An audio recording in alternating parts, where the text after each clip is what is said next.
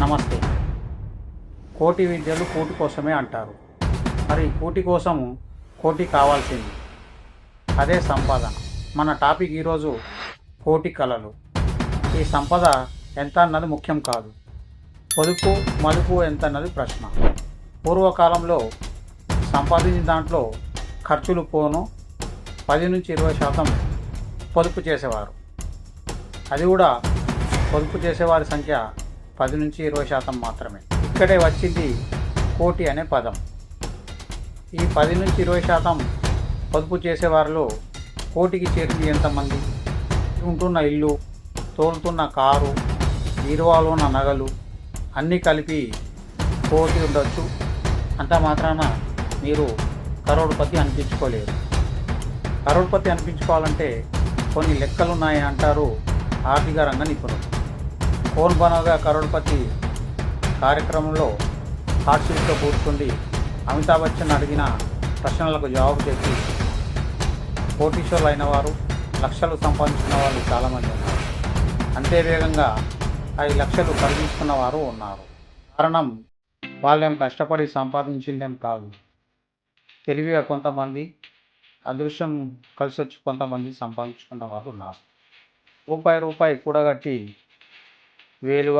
వేలను లక్షలుగా మార్చుకున్నవారు, సంపాదించుకున్న వారు ఉన్నారు. వారికే తెలుస్తుంది డబ్బు విలువ. 100 లక్షల కోసం 100 ఏళ్ళు కష్టపడాల్సిన అవసరం లేదు. మొదటి నెలలోనే తొలి జీతం అందుకున్నవారు, 10 ఏళ్లలో రిటైర్మెంట్ కోసము సిద్ధమవుతున్నవారు ఒక పద్ధతి ప్రకారము పొదుపు చేస్తే కోటీశ్వరుల జాబితాలో చేరడం అంత పెద్ద కష్టమేం కాదు. మీరు కొన్న ప్లాట్ లేదా ఇల్లు విలువ 75 లక్షలకు చేరుకొని ఉండవచ్చు. ఇంకేముంది, 25 లక్షలు పోగు చేస్తే కోటికి చేరుకుంటామని మోసపోవద్దు.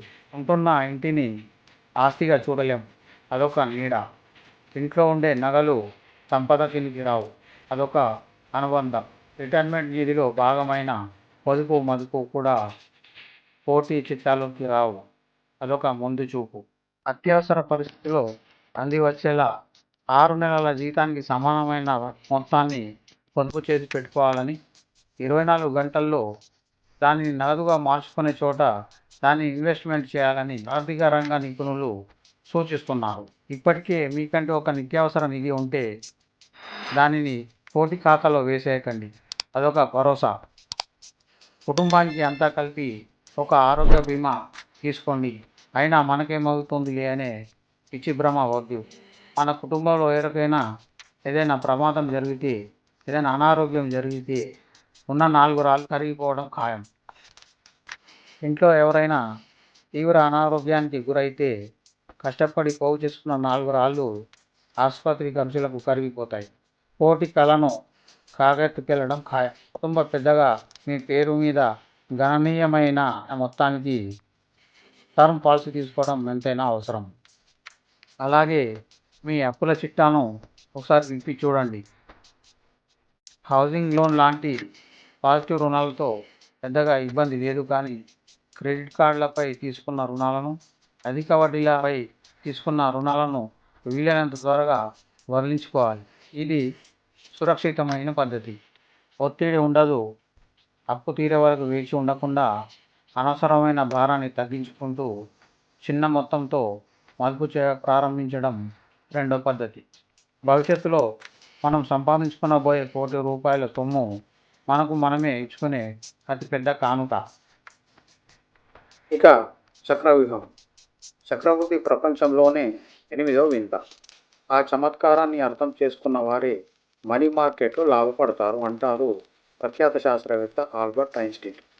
గతంలోని పెట్టుబడులకు అందుతున్న రాబడిని కూడా పెట్టుబడిగా మార్చుకున్నప్పుడే మనకు చక్రవృద్ధి విలువ అర్థమవుతుంది. కాంపౌండ్ మ్యాజిక్ అంటే ఇదే. కోటి సంపాదన బస్సు ప్రయాణం లాంటిది. బండి నిదానంగా వెళ్తున్నట్టు అనిపిస్తుంది, ఎగుడు దిగుళ్ళు ఎక్కువగానే ఉంటాయి. ఊహించని ఇబ్బందులు ఎదురు కావచ్చు. రెండో కోటిని అందుకోవడానికి మాత్రం వందే భారత్ ఎక్స్ప్రెస్లో వెళ్తాం. బస్సుతో పోలిస్తే కొంత ముందుగానే గమ్యాన్ని చేరుకుంటాం. మూడో కోటికి అంత ప్రయాస అవసరం లేదు, హాయిగా విమానంలో బయలుదేరుతాం. కాబట్టి తొలి దశలో ఓపిక అవసరం. జాతీయ అంతర్జాతీయ పరిణామాలు మార్కెట్ను తీవ్రంగా ప్రభావితం చేస్తాయి. ఆ హెచ్చుతగ్గులు మన సంపదతోనూ ఆడుకుంటాయి. దీంతో కొన్నిసార్లు గడువులోపు గమ్యాన్ని చేరుకోకపోవచ్చు. అయినా సరే వెనక్కి తగ్గకూడదు. ఆర్థిక క్రమశిక్షణ తప్పకూడదు. మదుపు ఆపకూడదు. కొంత ఆలస్యమైన పోటీకి చేరుకోవడం పక్కా. అయితే ఆ ప్రయత్నంలో ఉపకరించేవి కొన్ని సూత్రాలు ఉన్నాయి. రూల్ 15-15-15 అంటే నియమము 15-15-15. ప్రతి నెల రూపాయలు 15,000 చొప్పున మదుపు చేస్తే 15% రాబడితో ఆ మొత్తం 15 ఏళ్లకు ₹1,00,00,000 చేరుకుంటుంది. రూల్ 7-14-21.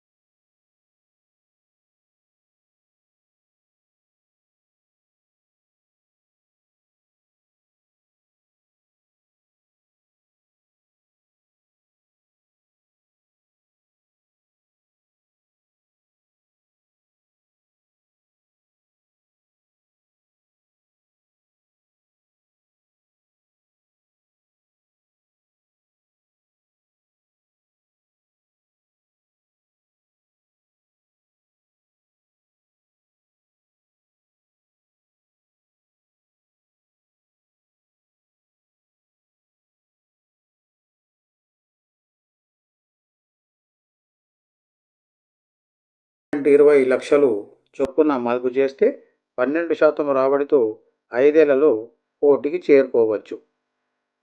ఇలా సిప్ అంటే systematic investment plan, bank deposits,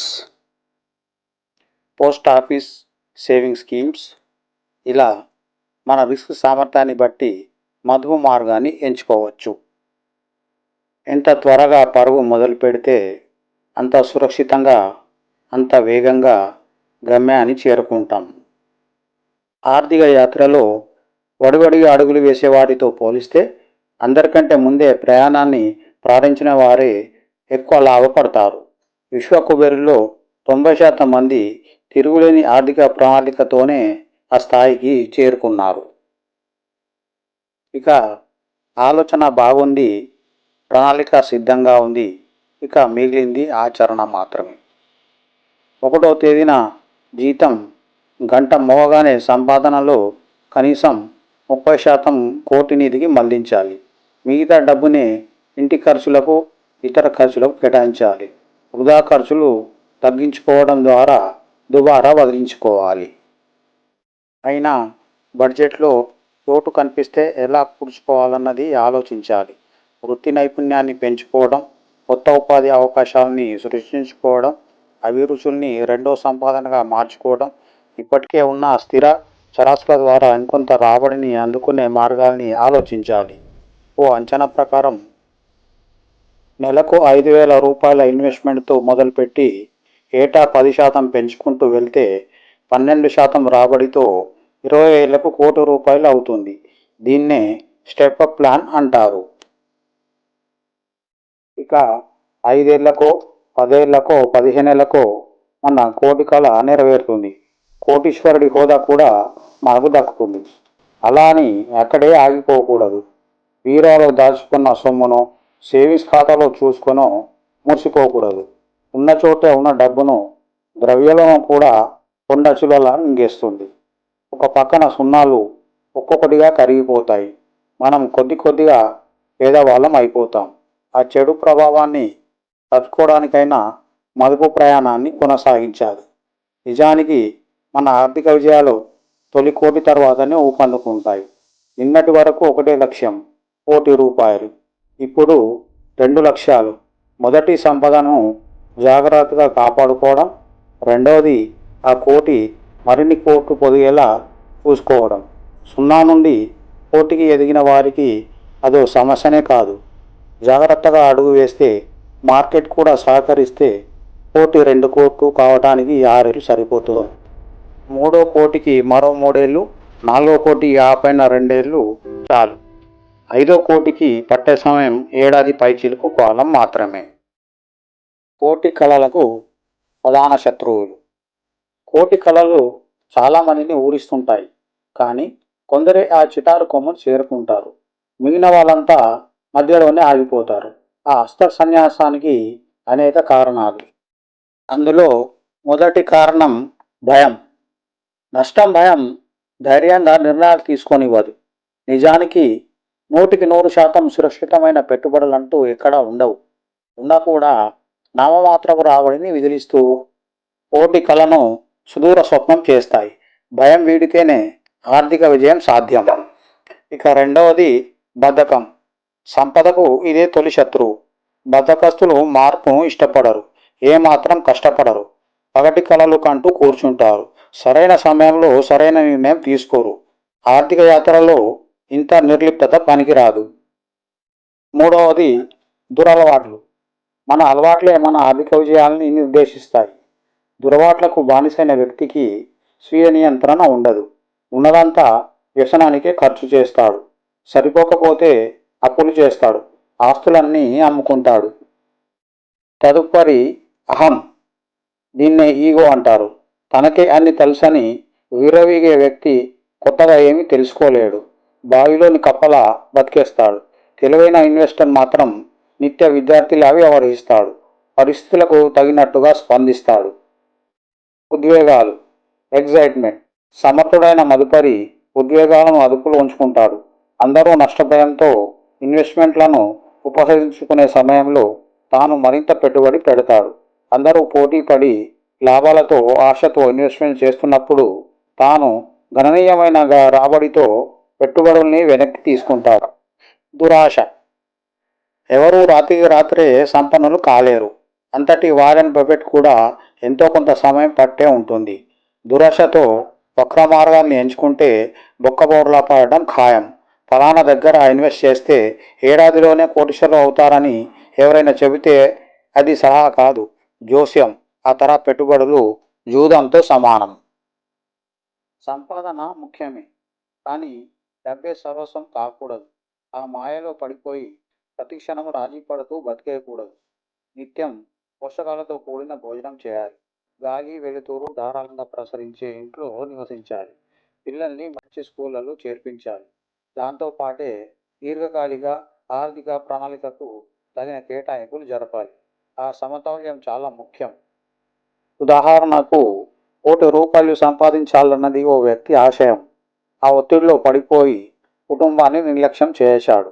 అలా అని అతను దుర్మార్గుడేం కాదు. అయిన వారి మీద ప్రేమ లేదని అనుకోలేం. మొత్తానికి ఓ రోజు అతని ఇన్వెస్ట్మెంట్స్ విలువ అక్షరాల కోటికి చేరుకుంది. ఆ తీపి కవరు భార్యకు చెబుదామని స్వీట్ బాక్స్తో బయలుదేరాడు. తీరా చూస్తే ఇంటికి తాళం వేసింది. పక్కనే ఉన్న పోస్ట్ బాక్స్లో ఏదో ఉత్తరం కనిపిస్తే విప్పి చూశాడు. భార్య తనకు పంపిన విడాకుల నోటీస్. కోటి సంపాదించినందుకు సంతోషపడాలా? భార్యతో విడిపోతున్నందుకు బాధపడాలా? ఆర్థిక లక్ష్యాన్ని అనుబంధాల్ని బ్యాలెన్స్ చేసుకుని ఉంటే ఈ సంక్షోభం తప్పేదేమో. డబ్బు వ్యామోహంలో చిక్కుకుపోయి ఆరోగ్యాన్ని నిర్లక్ష్యం చేయడం కూడా సరికాదు. వీల్ చైర్ మీద బతికే కుబేరుడు ఆరోగ్యపరంగా దరిద్రుడి కిందే లెక్క. ఓ స్థాయి తర్వాత డబ్బే మరింత డబ్బును పొదుగుతుంది.